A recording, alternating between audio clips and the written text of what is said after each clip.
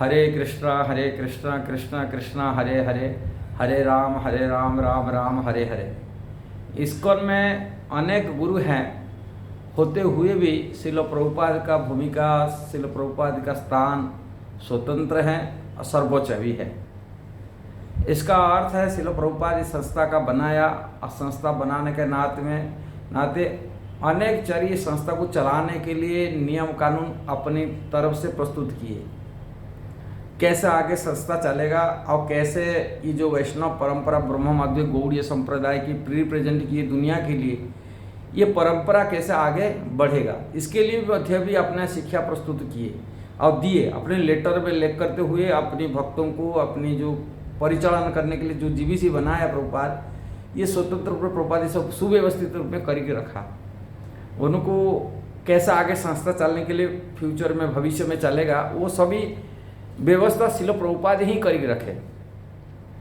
श्रील प्रभुपाद संस्था को खोलने का साथ साथ एक जीबीसी कमेटी है, गवर्निंग बॉडी कमिश्नर, जिसके माध्यम से संस्था आगे परिचालित होगा।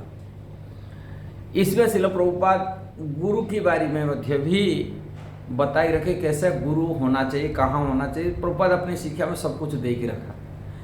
गुरु की योग्यता भी श्रील प्रभुपाद, श्रील रूप गोस्वामी की शिक्षा, भगवान श्री चैतन्य महाप्रभु की शिक्षा को आधार अपनी पुस्तक में दे के रखा है। गुरु का योग्यता क्या होना चाहिए, पद्म पुराण में क्या लिखा गया, सब कुछ अपने शास्त्र में दे के श्रील प्रभुपाद दे। श्रील प्रभुपाद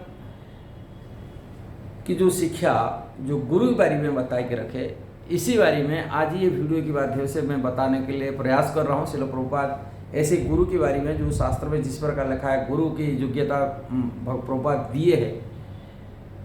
गुरु वही हैं जो अपना गुरु का आदेश को ठीक से पालन करता है। प्रभुपाद सच्चा गुरु का बात करते, जो अपनी गुरु की बात नहीं मानता है वो सच्चे गुरु नहीं हो सकता है।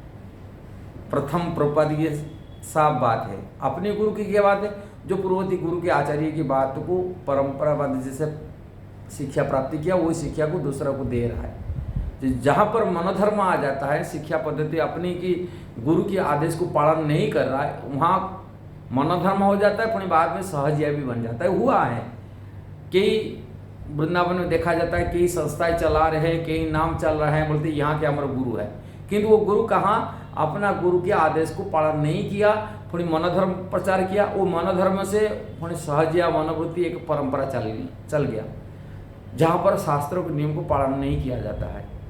किंतु श्रील प्रभुपाद एक प्रामाणिक गुरु आचार्य परंपरा से आने के नाते प्रामाणिक रूप में अपने जीवन में वो तो पालन किए गुरु के आदेश को, उसी शिक्षा को उन्होंने अपने शिष्य को दिए। और आज भी इस्कॉन में भी जो गुरु इस्कॉन श्रील प्रभुपाद का आदेश पालन नहीं करता है, अपने मनोधर्म कर रहा है, उनको इस्कॉन से बयान किया जाता है, अलग करा जाता है, हटा दिया जाता है।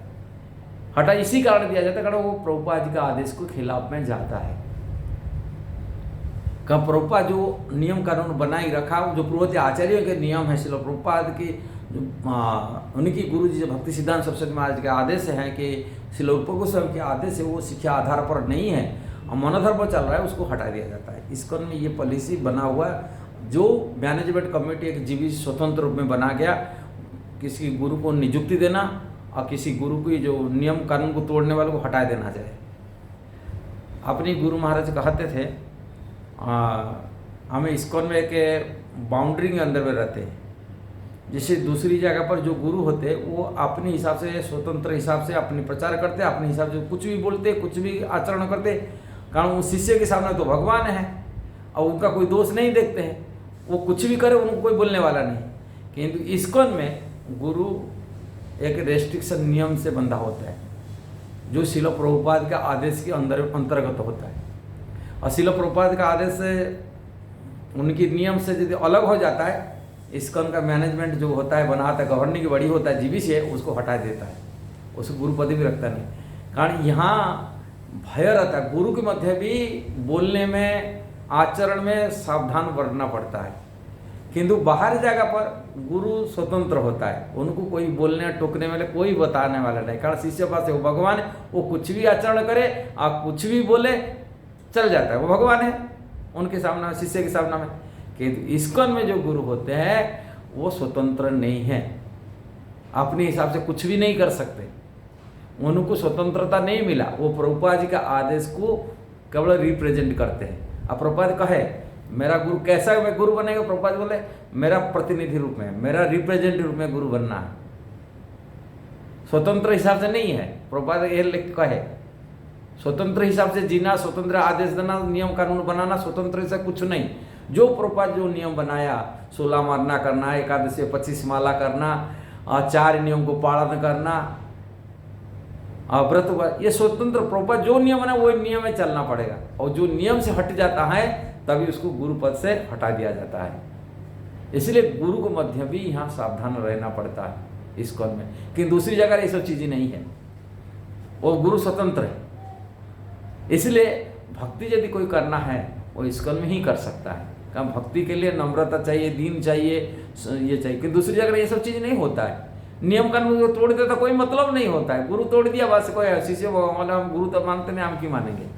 किंतु इस्कॉन में ऐसा नहीं हो सकता। इस्कॉन में कोई भी गुरु वो नियम का अधीन में रहना पड़ता है। अब प्रभुपाद जी का अधीन में रहना पड़ता है। कहीं ये शिल प्रभुपाद स्वतंत्र गुरु हैं। यहाँ फाउंडर आचार्य साथ साथ शिल प्रभुपाद सभी की गुरु है। यहाँ से सन्यास की गुरु है, गुरु का गुरु भी है। और सभी जो भक्त इस्कॉन में जन्म करते वो सभी के गुरु हैं। उनकी शिक्षा प्राइमरी दिया जाता है, सबको दिया जाता है। किंतु स्वतंत्र रूप में जो गुरु बन जाता है, अपने इस्कॉन को छोड़ देता है, उसको गुरु त्याग कर देता है, तो अपने हिसाब से चलाते हैं। इसलिए शिल प्रभुपाद की भूमिका इस संस्था के साथ साथ ये गुरु की बात में यदि है स्वतंत्र और सर्वोच्च है। शिल प्रभुपाद की भूमिका सर्वोच्च स्तर में रहता है। यहाँ इस्कॉन में गुरु रूप में सर्वोच्चता पूरा हमेशा रहता है और रहेगा भी आगे जाकर के। शिल प्रभुपाद की यही इच्छा था, यही डिजायर था। यहाँ कोई स्वतंत्र गुरु हो नहीं सकता इस्कॉन में। वहाँ भले ही दीक्षा देते हैं, वो दीक्षा गुरु जीबीसी सिलेक्शन करता है, ये दीक्षा दे सकता है, दीक्षा तो सभी ले नहीं सकते। और दीक्षा देने के लिए प्रभुपाद जी के प्रतिनिधि रूप में दीक्षा देते, रिप्रेजेंटेटिव रूप में दीक्षा देते, गुरु बनते। कि स्वतंत्र हिसाब से दीक्षा कोई नहीं दे सकता। यहाँ प्रभुपाद की यही तरीका था यानी कि आगे संस्था को चलाने के लिए। इसलिए गुरु यहाँ स्वतंत्र नहीं है दूसरी वर्तमान, कारण शिल प्रभुपाद जो नियम बनाए वो नियम से अधीन है। और जो नियम को तोड़ता है वो गुरु नहीं हो सकता है। यदि ये वीडियो सही लगा जरूर उसको शेयर करना, सब्सक्राइब करना, लाइक कमेंट देना। हरे कृष्ण।